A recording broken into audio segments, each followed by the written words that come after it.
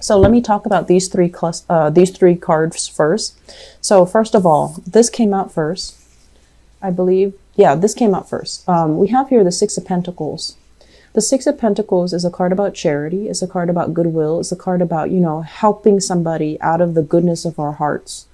And with this card, it's usually about, wanting the best for another person, doing things because we care about the well-being of the other person.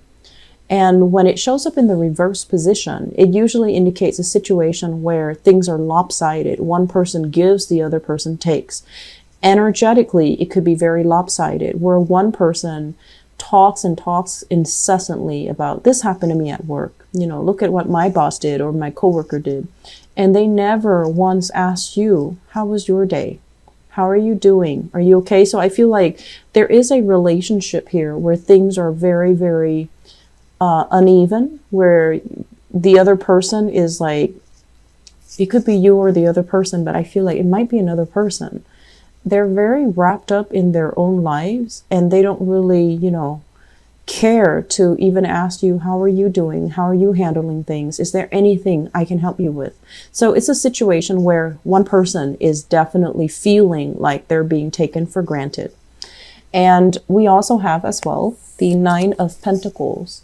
And the Nine of Pentacles, this is, I usually think of it as somebody who's, financially things are good and they have a lot of free time under their belt to, just relax, read the newspaper, walk around, have coffee in the morning, and, just have like a lot of leisure time, leisure activity, and just a lot of abundance in their lives. In the reverse position, it feels to me like this month is happening very fast. There's more responsibilities. There are more stressors. There are more things happening in your life where it's really reducing the amount of free time that you have. And as a result of it, when you are stressed out, Virgos, let's not lie, you tend to get very grouchy. And so I feel like if somebody, even looks at you the wrong way or does something that is, sloppy or a little bit careless, it's really going to work your nerves. Okay. So if things are very imbalanced, if you're living with another person, like, if you live with a significant other and they never, ever, ever, do their laundry, pick up after themselves or do the dishes, this is the month where you're just like, I work all day, I come home and the dishes are never done. What do you do at home? So I feel like these remarks will start to come out. You want to be careful, but at the same time, I feel like there are imbalances in your relationship. One person is doing everything, and that's really going to create some, cracks in the foundation of the relationship if you're not careful.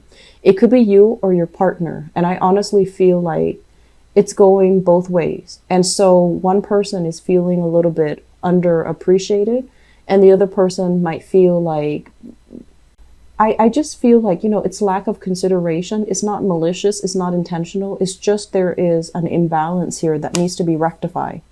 And if this is an ongoing problem, I feel like many of you are going to be like, I don't want to deal with this. I'm going to go hang out with my friends. I'm going to go and stay with my mother. I'm going to go stay with my father. I'm going to go stay with my sister. Whatever the situation is, I feel like you're kind of shaking your hands off it. You don't want to deal with it. And you also know that if you deal with it, your tempers will flare up.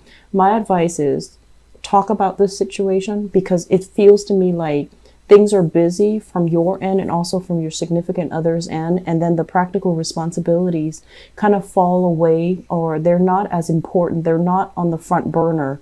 And so this is something that is unintentional, but it does build up. It does create resentment.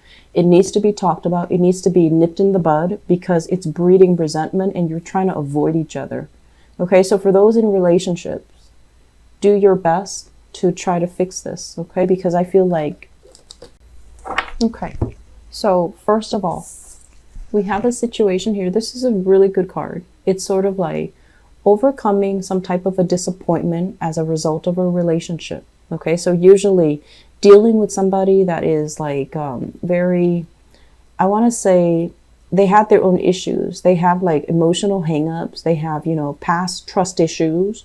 They had just internal issues that they couldn't really overcome. And I feel for many of you, for many of you, this is kind of like a long-standing relationship where there was a lot of history with another person. And so every once in a while, even though I feel like the relationship might have ended some time ago, and I would say like within the past year, it might have ended. But every time you think about it, it still tugs at your heartstrings just a little bit. Some of you have recently gone out of like serious relationships, and you're at a point where you're trying to figure out what's next. You know, like, how do I start dating again? Is it okay for me to date again? How do I make myself dateable? And where do I go to meet single people? Okay, so I feel as if some of you are kind of flirting with the idea of online dating, or some of you are flirting with the idea of like, do I really want to experiment and be a little bit more adventurous? Like flirting with the idea of like having a fling, having a one night stand, having something that is, you know, like, it's not a heavy emotional experience like this past relationship was. And you're still very shy. You're still, you know, flirting with the idea, but not really making a move, not really taking the steps in order to do that. And I'm also sensing as well, for many of you, there is a major element here about you kind of changing the way that you look, changing the way that you appear.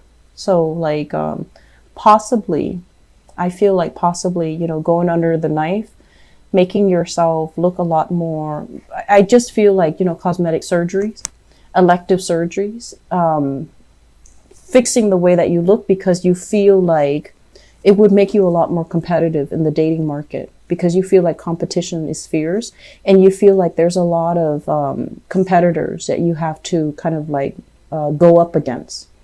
And so I do see, this is usually when I think about surgery. So I do feel like there are things like, you know, you're trying to overcome when it comes to body image issues. Am I pretty enough? Am I attractive enough? Am I fit enough? Am I in shape? Am I wearing the right clothes? Am I, you know, going to stand out when I start dating again? And it's been a while where you're kind of like in this state.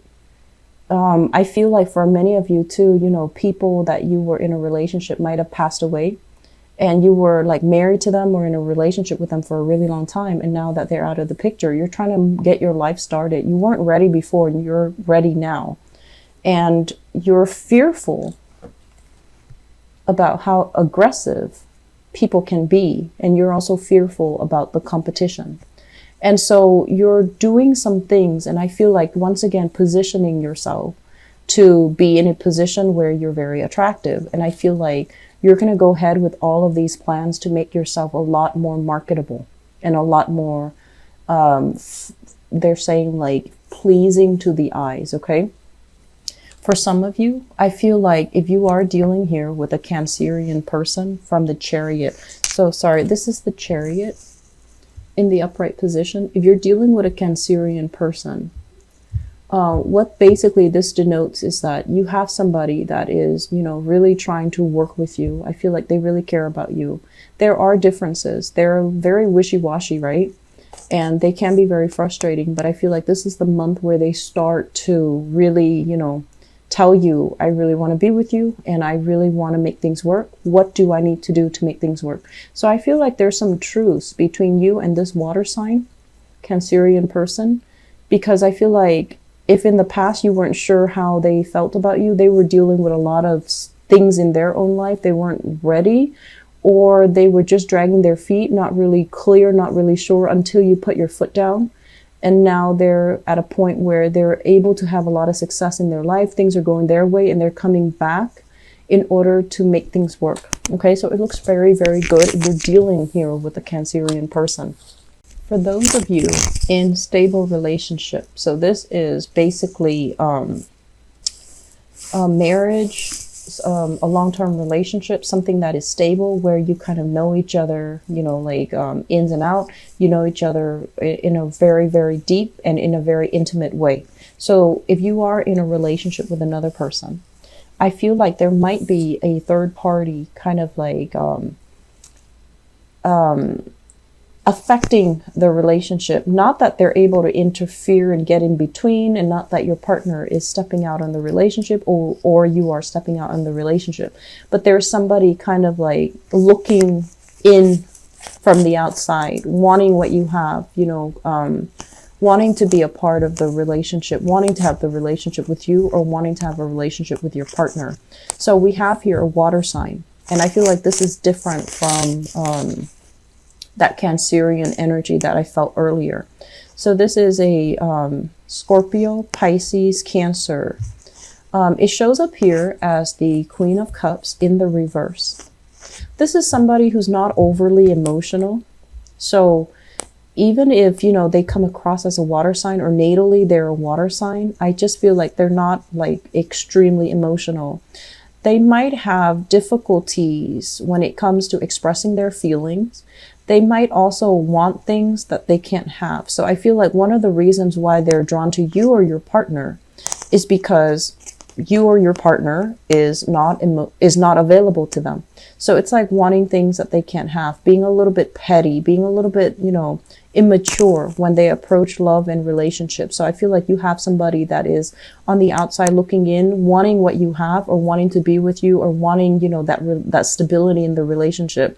But they themselves, there is a little bit of work that needs to happen from their end, because I feel like they might be, they want what they can't have. So once they have it, then they're not going to want it. So I feel this energy here. You want to be a little bit careful. If this is somebody that you are well aware of, keep your distance, okay? Not because I don't feel like they're malicious or evil or conniving or anything like that.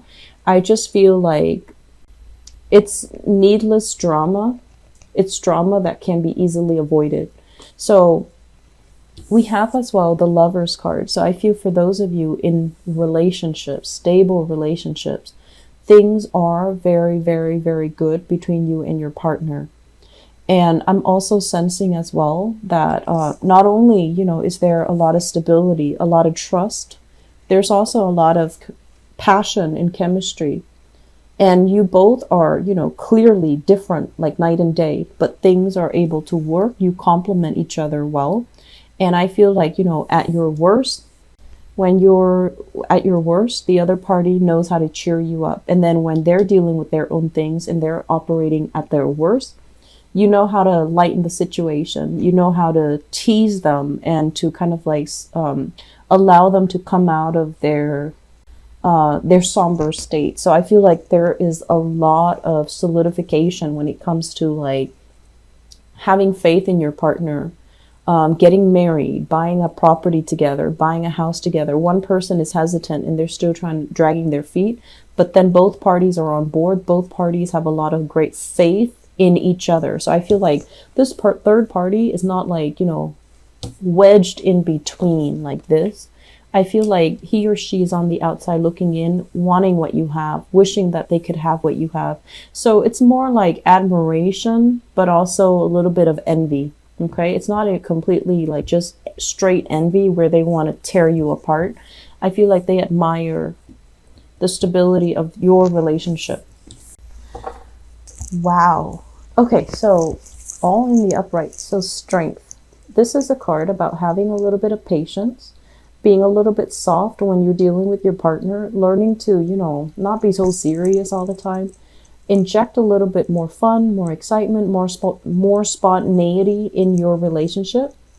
And this is a card about, really trusting somebody, because if we're looking at this, it's different species. Like the lion could easily turn on her, and she likewise could easily manipulate the lion, not feed it, starve it, whatever the situation is.